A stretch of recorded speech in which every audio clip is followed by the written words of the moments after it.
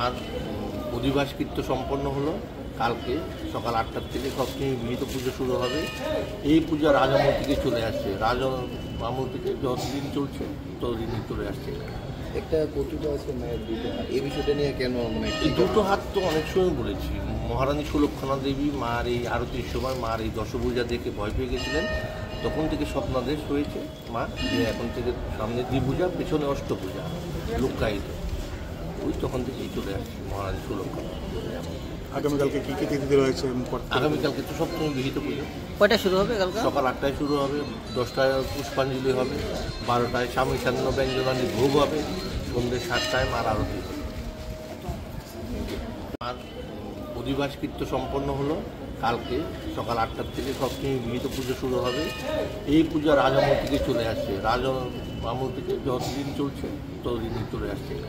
একটা কৌতুক আছে মায়ের দুটো হাত, এই বিষয়টা নিয়ে কেন এই দুটো হাত তো অনেক সময় বলেছি। মহারানী সুলক্ষণা দেবী মার এই আরতির সময় মার এই দশভূজা দেখে ভয় পেয়ে গেছিলেন, তখন থেকে স্বপ্নাদেশ হয়েছে মা যে এখন থেকে সামনে দ্বিভূজা, পেছনে অষ্টভূজা লুক্কায়িত। ওই তখন থেকেই চলে আসছে মহারানী সুলক্ষণা। আগামীকালকে কী কী তিথিতে রয়েছে? আগামীকালকে তো সপ্তমী বিহিত পুজো। কয়টা শুরু হবে কালকে? সকাল 8টায় শুরু হবে, 10টায় পুষ্পাঞ্জলি হবে, 12টায় স্বামী সান্ন ব্যঞ্জনাদি ভোগ হবে, সন্ধ্যে 7টায় মার আরতি।